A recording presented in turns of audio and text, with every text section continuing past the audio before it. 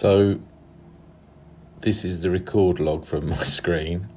You'll see down the bottom you can see what my controllers are doing, and you'll see that on the right hand controller, which is forward backwards, the left hand controller is up and down. I'm just checking the altitude, so I push the right controller stick full forward all the way, and the drone is just drifting sideways. You can see kind of doesn't do anything.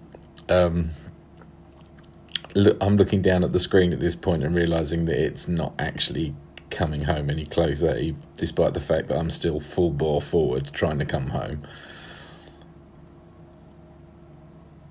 So, yeah, not really doing anything at this point, except drifting the wrong way.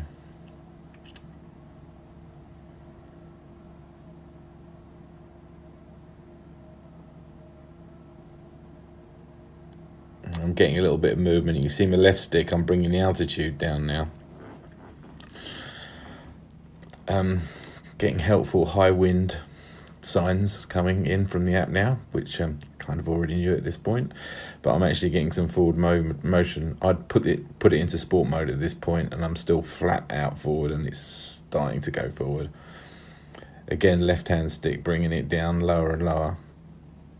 Can't bring it down too low because of course I'm flying it off the top of a 3-story building, but hey ho. More helpful high wind warnings, but it's definitely coming back now.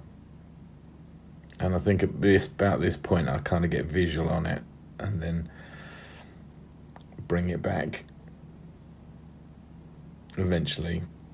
Now it's in sport mode, it's going a bit more quickly. And then finally I'll bring it back down to land on the deck. So yes, that was an interesting experience.